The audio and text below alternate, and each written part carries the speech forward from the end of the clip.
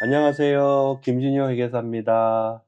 예, 오늘은 여러 번 오셔서 좋은 정보 주셨던 임성준 몰게지 스페셜리스트 모시고 형식을 따지지 않고 편하게 서로 평소에 궁금한 거 서로 나누고, 임성준 선생님이 제 몰게지를 해주셨던 적이 있으시고, 또 제가 또 임 선생님 또 회계사잖아요. 네, 그러니까 맞아요. 서로 이제 아주 프리토킹으로 네네네. 그런 시간을 가졌으면 합니다. 아, 좋습니다.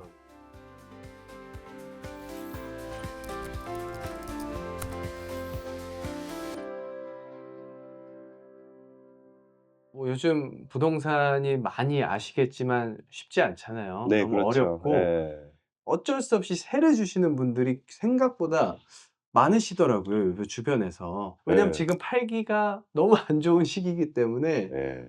그랬을 때 부동산 세법에 대해서 음. 제가 한번 몇 가지 질문을 해 보겠습니다. 저는 이제 투자 매물을 생각했을 때는 이제 캐피털 게인이라고도 하고 양도소득세라고 하잖아요. 그러니까 쉽게 말하면 다들 이러잖아요. "안 팔면 안 내, 그 세금." 맞는 말이잖아요. 팔았을 때 이제 발생되는 세금이고. 그런데 투자 매물을 팔았을 때 무조건 세금을 내야 되나요? 그럼요. 임대 프로퍼티, 렌털 프로퍼티잖아요. 그런 네. 경우는 팔았을 때는 캐피털 게인 보고하는 대상이 되죠. 네. 예. 근데 이제 최근에 바뀐 법으로는 아무리 임대를 줘도 1년 안에 팔면 캐피털 게인이 아니고 비즈니스 인컴이 된다. 아하. 그러면 비즈니스 인컴이 된다라는 뜻은 세율이 굉장히 올라가죠. 음. 캐피털 게인 같은 경우는 50% 이그젬션이 있으니까 네. 10만 불이 이익이 나면 5만 불만 소득이 돼서, 그리고 개인 세금 보고할 때 택서블 인컴으로 되는 거잖아요, 반만. 네. 근데 비즈니스 인컴은 그 50% 이그젬션이 없어서 그냥 10만 불 이익이 났으면 10만 불 다 소득이 되죠. 아. 그게 인제 1년 안에 팔면은 그게 내가 살던 집이든 비워 놨던 임대든 무조건 비즈니스 인컴으로 간주된다. 그게 이제 2023 년에 새로 발표된 플리핑 텍스 규정이죠. 네. 그리고 2025년 올해부터 또 새로 BC 프리핑 텍스가 또 따로 맞아요. 실행이 됐죠. 2년 그것도 홀드해야 2 되는. 년이죠. 2 네. 년 안에 팔면은 추가로 네. BC 정부가 이익의 20%를 또 징수하겠다. 네. 그런 법들이 있어서 팔았을 때 임대소득 세금 계산이 되느냐, 그나마 캐피털 게인으로 보고할 수 있으면 다행인 거죠. 음. 그 숏텀으로 플리핑을 한 경우는 네. 이건 아예 비즈니스 인컴이 되기 때문에 사실은 세율이 굉장히 높은 상황이 되는 거고요. 네. 근데 다만 내가 임대를 주는 그 집이 내 유일한 집이고, 그리고 나는 다른 집이 없고 아, 렌트를 하고. 렌트를 하고, 아. 이런 경우는 내가 임대를 줬지만 4 년간은 산 걸로 간주되죠.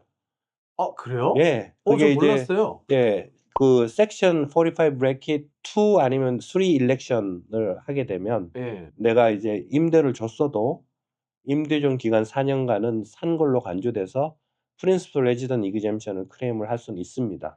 그럼 예를 들어 나는 렌트하고 음. 내가 갖고 있는 부동산에 렌트를 4년 이상 음. 줬다라고 했을 때, 그리고 팔았어요. 음. 예전에 예를 들어 뭐 70만 불에 사서 한 80만 불에 팔아서 10만 불의 이익이 있는데 10만 불에 대한 거는 양도소득세를 안 낸다는 네. 말씀. 다만 오. 그런 경우는 4 년간 임대에 있는 상황에서 팔면 절대 안 되고요. 그 일렉션을 적용하려면 내가 다시 들어가서 살면서 팔아야 됩니다. 아. 딱 그 조건만 지킨다면. 예, 얼마 동안 살아야 되죠? 미니멈 얼마 살아야 된다는 규정은 없어요. 없. 내가 다시 살면서 그게 프로퍼티의 유즈가 바뀌는 거죠. 체인지 오브 유즈. 예. 렌털 유즈에서 레지덴셜 유즈로 바뀌는 상황에서 아. 그 상황에서 일렉션을 사용을 하면 네. 과거에 4 년간 임대 줬던 기간은 산 걸로 간주돼서 프린시플 레지던스 이그젬션을 받아서 똑같이 면세를 받을 수 있다. 네. 제가 그 리얼터도 하잖아요. 특정 지역은 말씀드릴 수는 없지만 네. 셀러가 얼마에 이제 디클레어를 했는지, 얼마에 이제 자기 이름의 등기를 들어갔는지 타이틀 서치를 보면 들어가는데, 즉 이게 얼마에 구입했다라는 거잖아요. 봤을 때 90만 후반대였어요. 취득세까지 냈으면 거의 100만 불 가까이 내신 건데 리스팅 가격이 80 중반인 거예요. 음. 그럼 이분은 사실상 구매했던 금액하고 판매가가 더 낮잖아요. 그렇죠. 이런 거는 이제 양도소득세 낼 게 없는 거네요. 그 집이 임대 줬던 집인가요? 예. 네. 그거는 캐피털 로스가 발생한 거죠. 예. 캐피털 로스는 보고하면 캐피털 로스라고 보고를 하고, 예. 예를 들어서 그게 이제 10만 불 손실이 났다. 네. 당장에 보고하는 그 해에 다른 캐피털 게인이 없으면 바로 사용은 안 되지만 네. 그건 이제 미래에 사용할 수 있도록 로스 아. 캐리 포워드 예, 예. 해서 미래로 이제 이월시켜 놓을 수 있죠. 아, 그럼 내년이나 내후년에 소득이 어느 정도 세율이 이걸 좀 낮추고 싶다라고 했을 때 사용을 할 수가 네, 있는 단 거예요. 예. 캐피털 로스는 캐피털 게인에만. 같은 예, 캐피털 게인만 offset시킬 수 예. 있는. 그 캐피털 게인이라는 게 금융 투자하신 분들, 네, 주식 투자, 뮤추얼 펀드, 예. 쉐어에 관련된 거, 채권에 관련된 이런 게 캐피털 게인이고요. 예. 부동산 팔았을 때 캐피털 게인이고 나머지 근로소득, 임대소득 이런 건 일반 소득이니까 아, 그런 데는 다른 사용이 캐테고리. 안 되고 캐피털 로스가 나쁘지 않은 게 캐리 포워드 타임 피리어드가 언리미티드예요. 라이프타임. 오. 내가 죽을 때까지. 아. 그리고 이게 마지막 해까지 캐피털 게인이 없으면 못 쓰느냐? 마지막 해는 예외 규정이 있어서 내가 죽은 마지막 해는 모든 소득에 한해서 마지막에는 사용이 돼요. 아. 그리고 과거에도 3년이 갑니다. 그러니까 오. 올해 내가 양도 손실, 캐피털 로스가 발생했다. 똑같이 10만 불이 발생했다고 네. 했을 때 미래에도 사용이 되지만 과거에 오. 내가 캐피털 게인이 뭐 주식을 팔아서 그 당시 10만 불 이익이 나서 세금을 낸 적이 있다 그러면 과거 3년 안에 일어난 일이면 또 그때 환불 받을 수 있습니다. 환불 받을 수 있네. 네. 아. 물론 손실 손실 나면 나면 너무 네. 마음이 아프지만 하지만 그래도 이런 옵션이 몇 개 있네요. 그럼요, 아. 그럼요. 그래서 이제 캐피털 로스라는 게 사실 내가 발생하면 예. 보기도 싫고 예. 서류 준비하는 것도 싫고 그렇죠. 쳐다보기도 싫은 게 사람 심리인데 그렇죠. 사실 이거를 가지고 앞으로 미래에 일어날 수 있는 세금을 어느 정도 줄일 수 있기 때문에 더 자세히 손실을 정확하게 최대한 준비해서 서류를 잘 모아놓고 아하. 그 손실을 정확하게 보고하는 게 중요합니다. 네. 그러면 네. 주거용이었을 때는 똑같이 적용되는. 주거용이었을 때는 프린시플 레지던스 이그젬션으로 캐피털 게인도 면세가 되듯이 예. 손실도 사용이 불가합니다. 내가 사는 집은 뭐 그렇군요. 그걸 쓸 수도 없고 예. 뭐 과세 대상도 아니고 네. 다만 이제 세금 보고할 때 네. 그 2041이라는 양식 사실 보고는 해야죠. 얼마에 팔았다. 예. 언제 취득했다. 그런 기본 정보 적는 게 있거든요. 그냥 기록만 기록만 이렇게 해놓는 용도군요. 하고 과세되지는 않습니다. 오늘 또 새로운 걸 또 배웠네요. 그럼요. 임대 손실은 더 좋아요. 예. 요즘 임대 손실 많잖아요. 엄청 많죠. 테넌트한테 받는 게 내 수입이 되고 예. 거기에 재산세, 뭐 스트라타피, 보험금, 이자. 몰게지 이자 예. 뭐 이런 거 쭉 빠지잖아요. 예. 근데 제가 2024년 세금 보고해 보면 손실 엄청 많거든요. 네. 이자율이 높았잖아요, 그때. 맞아요. 임대 수입과 지출을 빼고 나면은 마이너스니까. 마이너스 5만 불. 예. 5만 불 너무 크나?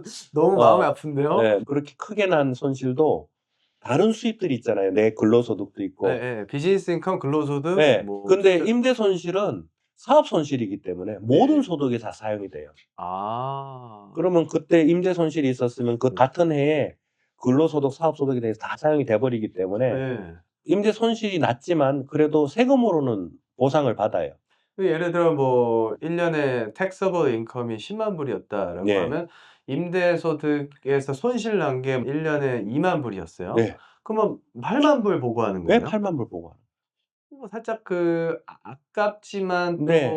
세율을 낮춰주는. 부분의 세율이 그 구간이면은 예를 음. 들어서 뭐 35% 구간이니까 네. 손실은 10만 불 났지만 35,000불은 돌려받았다고 봐야죠. 예. 요즘 많아요. 많아요. 예. 그 투자 매물을 완전 옛날에 사서 몰기지가 완전 낮은 거 아닌 이상은, 아니면 처음에 다운페이를 막 50% 이상 한 거 아닌 이상은 뭐 80% 대출 받아서 그 임대소득 받아가지고 내 거 다 내면은 한 달에 마이너스 500불은 오히려 양반이에요. 되게 티피컬한 게 한 1000불 가까이 7, 800 뭐 재산세 다 하면. 그럼요. 예. 그러니까 이게요. 투자라는 게 조심해야겠구나. 내가 이제 처음에 부동산 투자하겠다고 생각했을 때는 경기가 좋았죠. 사실 버티면 또 되잖아요. 그럼요. 부동산 팔지 않으면 올랐다 바로 손실이 아니니까. 내렸다. 임대를 주는 임대 부동산이 있는데 이제 월세 받아서 이제 비용 처리하고 세금 보고하고 하는데 수리했을 때는 뭐 예를 들어 집을 뭐 업그레이드, 라미네이트나 키친이나 다 싹 했어요.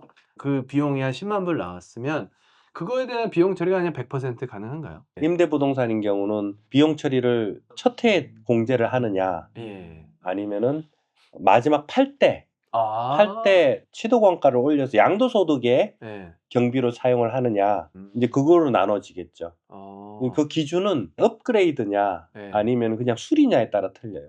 음. 근데 지금 이제 말씀하신 걸로는 살짝 업그레이드죠. 예. 이거는 이제 임대소득의 경비로 떨면 안 되고요. 예. 취득 가격을 올려야 돼요. 팔았을 때 팔았을 때 양도소득 계산할 때 취득원가로 추가가 돼서 아. 양도소득을 줄여야지. 근데 수리면은 비용 처리가 네, 수리는 이제 원상 회복이죠, 진짜. 음. 뭐가 데미지가 나서 원상 회복을 네. 시켜야 되면 수리비가 되죠. 콘도 같은 경우는 뭐 타운하우스도 있지만 스페셜 AB도 많잖아요. 네. 아 그러네요. 네. 스페셜 AB도 봐야 돼요, 내용이. 이게 수리 개념의 스페셜 AB인지 업그레이드인지. 아하. 수리 개념이면 그 해의 임대소득의 수리비로 뜰 수 있죠, 스페셜 AB도. 보통 오래된 콘도 같은 경우 다 수리비죠, 사실. 그렇죠. 네, 이게 뭐 예. 업그레이드는 아니니까. 네, 오늘 뭐 이야기가 또 자연스럽게 네. 여러 우리 그것도 얘기해야 될 것 같아요. 예. 가족끼리 명의 변경하는 거. 가족끼리 예 그 문의하시는 분도 계시고 음. 그냥 공증사님, 변호사님한테 문의하셔서 그렇게 가족들끼리 명의 이전하시는 분도 있으시더라고요.